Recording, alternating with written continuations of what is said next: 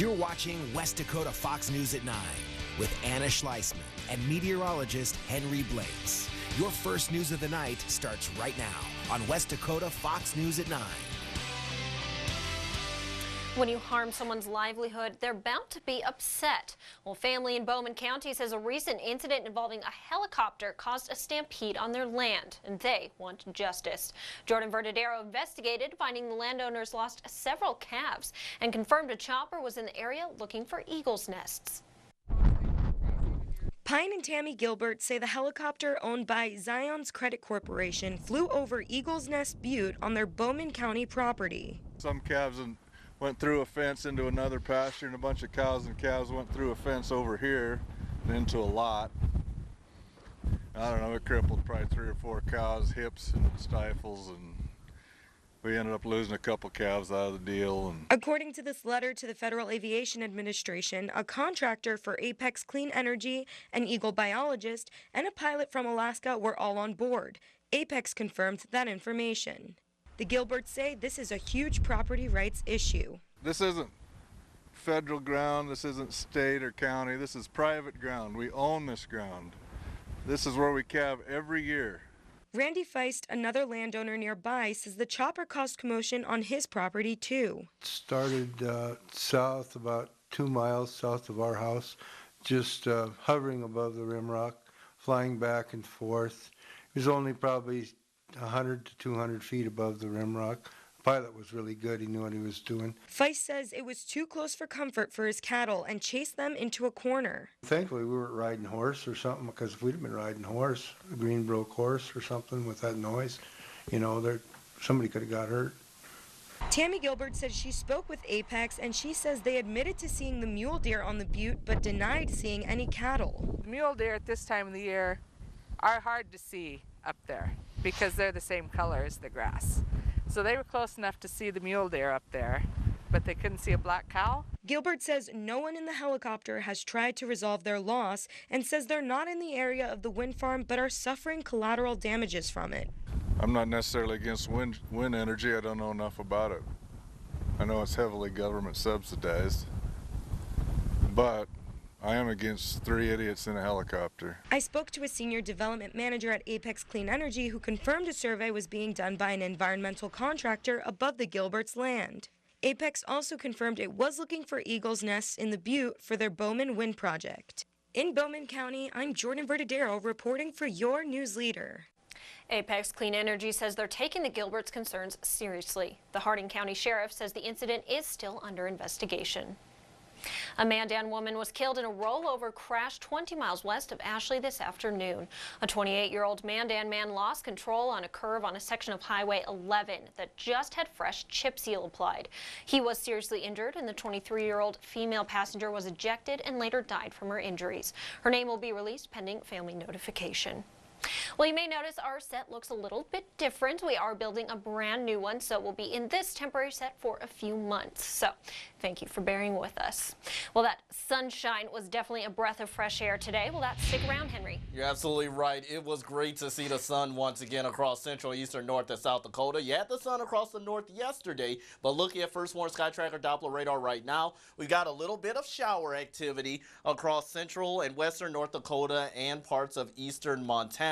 That will continue to push east into the overnight hours. So clouds will be on the increase across the Bismarck Mandan area. They've already increased across the west, and then the eastern region will see more increasing cloud cover as this disturbance pushes east. Our temperatures mostly mid to upper 40s and lower 50s for the early evening hours, but your morning commute shows that the showers will be out of here by then. A few lingering clouds across the central region before more sunshine comes about. But for your morning, we will be right near the freezing mark, 30s in the forecast for your Friday morning, and then the wind out of the west around 5 miles per hour. We are going to have a bit of a frontal system pushing through tomorrow, so I'll have more information about how that will impact your weekend weather later on.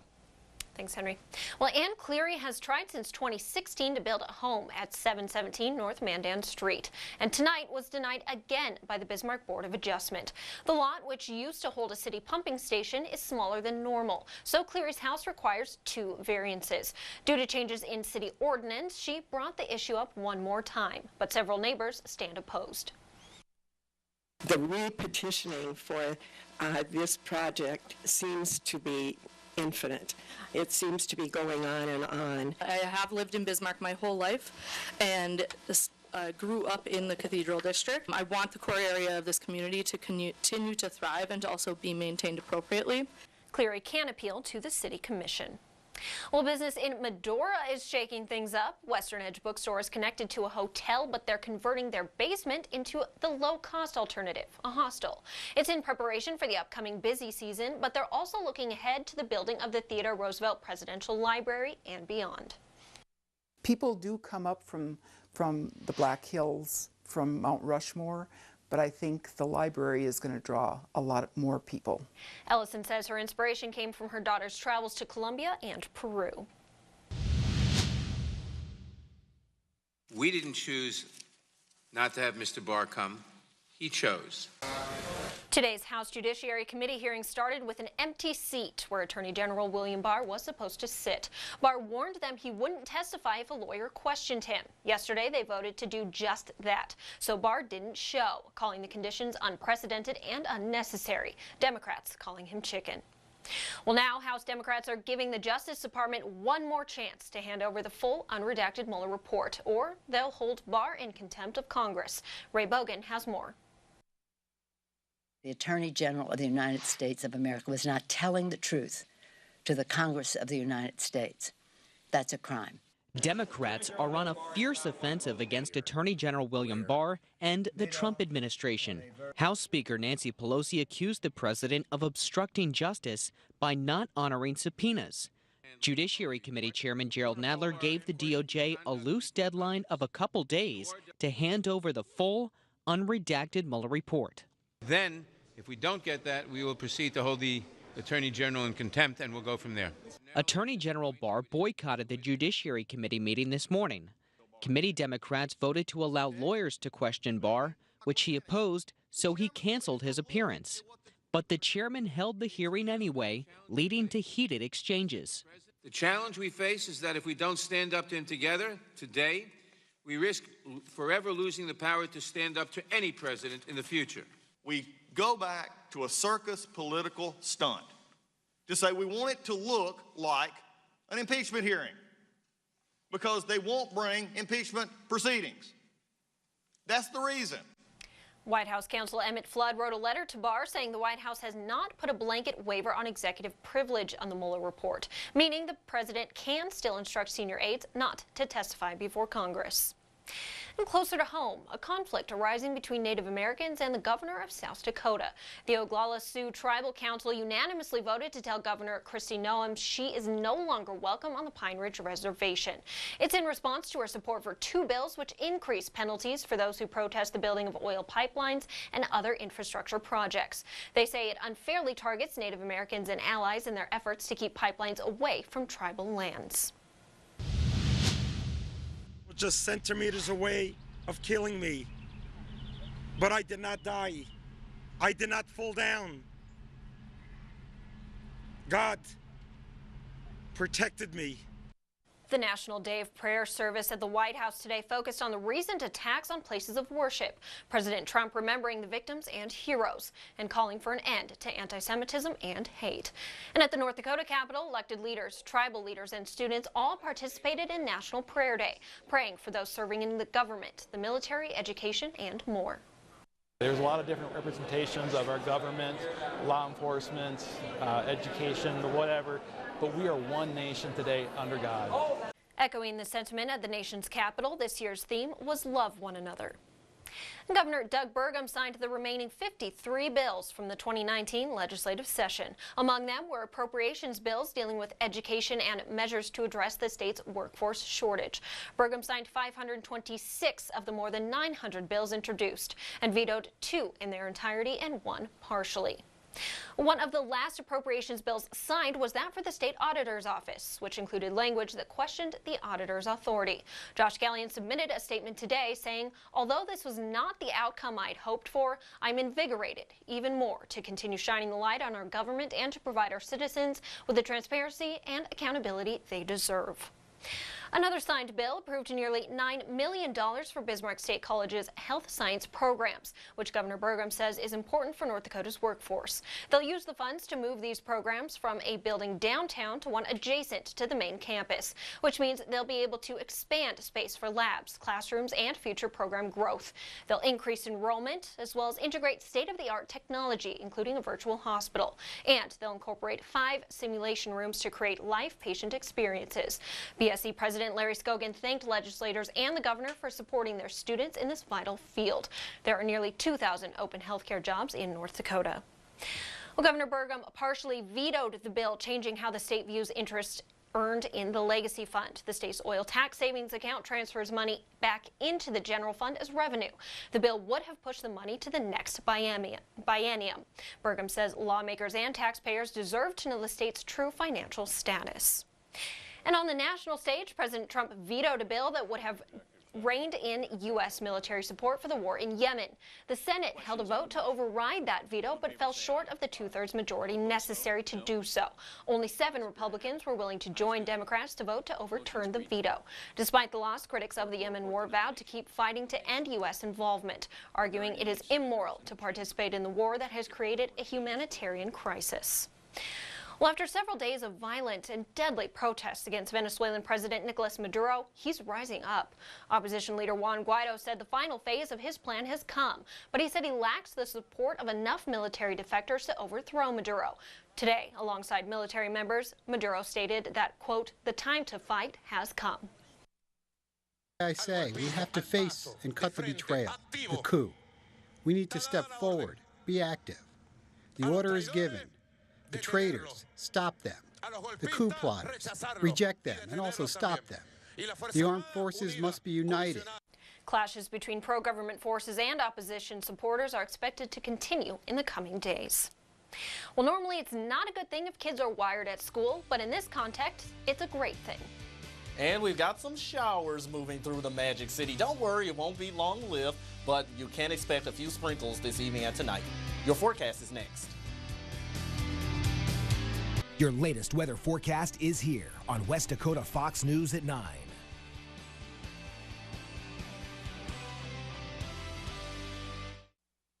Last year, the Horse Creek School in rural northwest North Dakota had no internet connection and spotty cell service. But in August, Reservation Telephone Cooperative changed that for them. Alyssa Tanner reports this has made a huge difference. I pledge allegiance to the flag. The Horse Creek School is old school in many ways, but when it comes to the World Wide Web, they're now new wave. I would like you to take out your computers and do Spelling City, and then I'll set the timer for that. Katie Tosh teaches 7 students in 1st, 3rd, 6th, and 7th grade. Her job is a lot easier this year thanks to reliable internet service. We did have internet, but it was very limited, and so when we would try to do like keyboarding skills or anything like that, the kids had one day of being able to use the internet to sharpen up their keyboarding skills, and then we would use all of our data. Now doing research, writing papers, and having access to educational programs and games can be done with the click of a mouse. We have this program called Epic Books for Kids, and I like to listen to it, and also there's this place called Cool Cat Math Games, so I go on that sometimes. So we're gonna write Eagles. Tosh says she enjoys being a one-room school teacher because it allows her to spend more one-on-one time with each student. Now with technology like the smartboard, she's able to maximize personalized learning. B-R-O-W-N spells brown. This stopwatch times how long students can be on the computers. Now they can get a lot more done in less time. That's way faster. It actually, I went here when there was barely, like we couldn't even use the smartboard. It was really difficult and stuff, but now it's way easier. Weekly study guides help the younger kids stay on task, while older students spend a lot of time doing independent study. And monkeys live there. In 2020, the student population in this rural school will jump from 7 to 11. Tosh plans to be here for at least another year, and with more students, high-speed internet will become an even more valuable teaching tool. In rural McKenzie County, I'm Alyssa Tanner reporting for your news leader. Over 100 third graders at Lincoln Elementary put on their inventor's caps to come up with an idea that would stick. The theme was magnets, and students presented everything from magnetic shoes to magnetic clothes to a panel of community judges. They chose Andy Nelson as the winner with a magnetic organizer. Why don't I just make something to clean my room? So I came up with the Room Cleaner 3000, and it helps you put your stuff up where it's supposed to be, and it'll hopefully keep your room cleaner. The teachers will submit her project to the Shark Tank website. Well, how about we get some warm weather that sticks? Any luck, Henry? Yeah, warm weather that sticks. That's going to be the problem over the next few days, but at least today was comfortable. We'll have comfortable weather again tomorrow, but for the time being, we got some showers out there. Before I get to that, I'd like to give a nice thank you and shout out to Mrs. Richter's class. Her third grade students at Linton Elementary went out, had a great talk with Mrs. Richter and her students. It was absolutely great, and I look forward to seeing you again next year. Here's a live look at our live Minot Skywatch camera. Got the clouds and some showers coming down in the Williston right now. Not expecting anything heavy, but the showers are going to continue across much of the central and western region for this evening and tonight before pushing out of here. Bismarck, Mandan, still waiting for the showers to get there, but eventually they will. Dickinson, you've got some showers off in the distance. Otherwise, we are talking about, a rather comfortable evening across the Queen City. As far as your futurecast radar, we are talking about those chances. It's not doing a good job of picking up on the showers that we do have right now, but let's talk about that as we speak. Here's the current First Warn Sky Tracker Doppler radar, and notice this extends from Minot, Highway 83, down into Grant County and Harding County. All of this pushing to the east through Williston and surrounding areas into northeastern Montana. This is all kind of associated with a cold front, which is still well in eastern Montana. This will push through the region tonight and tomorrow and give us those chances of showers overnight. The good news is that in the morning, however, we will be looking at drier conditions, at least across the First Warn viewing area. Highs today, not too bad. We did at least reach the 60s for many of us across central, North and South Dakota into Montana, mostly lower 60s. But right now, down to 52 in Bismarck, 44 for Dickinson, 46. A little bit of rain cool air for the Williston area, 54 in Minot. As far as our wind, mostly out of the south and the east, between 5 and 10 miles per hour. So I'm not expecting wind to be that big of a problem as it begins to decrease. But notice over the next couple hours, the showers will be moving into the capital city region. Here's your 8 a.m. snapshot. Most of the showers mostly across far eastern North Dakota, the James River valleys. A few still lingering across the south central region, but before you know it, that will be said and gone, especially across the west. Milder weather again for tomorrow. Another disturbance, maybe a few light showers across the far north near the international border. Some trying to creep their way toward Highway 2. Unfortunately, cooler weather is in the forecast for the month of May 8th through the 12th. We will still be slightly below normal, so still considering it chilly for May standards. Weather Emotion is going to show morning lows mostly in the 30s, at least warm enough where any precipitation should at least be in the form of rain. But before you know it, we'll be in the 60s for tomorrow. Speaking of that, let's take a look at your 7-day outlook. Chance of showers again for your Saturday, 50s, and chance of showers for Monday as well. Getting chilly for Monday and Tuesday. Unfortunately, highs only in the 40s and low 50s. Well, you've passed by cars that have looked like yours, but what if you drove by your actual car? We'll tell you what one woman did when we come back. A Mandan man who is charged for performing a lewd act in a holy water fountain in October changed his plea to guilty, which effectively reduces Zachary Burdick's charges from felony to a misdemeanor. The judge ordered a psychiatric investigation and sex offender risk assessment before sentencing him. A Bismarck man who entered an Alford plea yesterday was sentenced to 30 days in jail and 2 years probation. The plea deal lowers 44-year-old Michael Pacal's felony gross sexual imposition charge to misdemeanor sexual assault. Pickell admitted to letting the 4-year-old girl swim in his pool and taking her to the bathroom to wash her off, but denies sexual contact, saying her clothes were on the whole time. And the 22-year-old charged in the murder at Tuesday's school shooting waived his initial court appearance. Tristan Terrell is accused of opening fire inside of a classroom on the University of North Carolina at Charlotte campus, killing 2 people and injuring 4 others. In the meantime, the community mourns the victims, and the boy, hailed a hero for charging the shooter and losing his life to save others, returns home. A South Fargo woman's car was stolen right out of her driveway, and last night she spotted it in Moorhead. She followed the vehicle until police took over the pursuit, but they had to stop for safety reasons before apprehending the culprit. Police say they've identified but haven't charged the suspect, and they're still looking for the car. Well, usually you don't want to pick up a burrito on the side of the road, but this is an exception. A baby burro was found injured in the middle of a roadway in California today. Animal Services officials believe she's only 1 or 2 days old and was separated from her mother. She'll stay with the foster family until she's healthy enough to be adopted. Aww. So sweet. It is. And what's sweet is the weather. We're going to have more sunshine for in the morning. Clouds across the central region gradually giving way. Maybe some showers along Highway 2, especially close to the international border. Otherwise, another chance of showers on Saturday and remaining chilly, unfortunately. Yeah, but that sunshine on Sunday looks pretty good. Yes, it does. Thanks so much. Have a good night.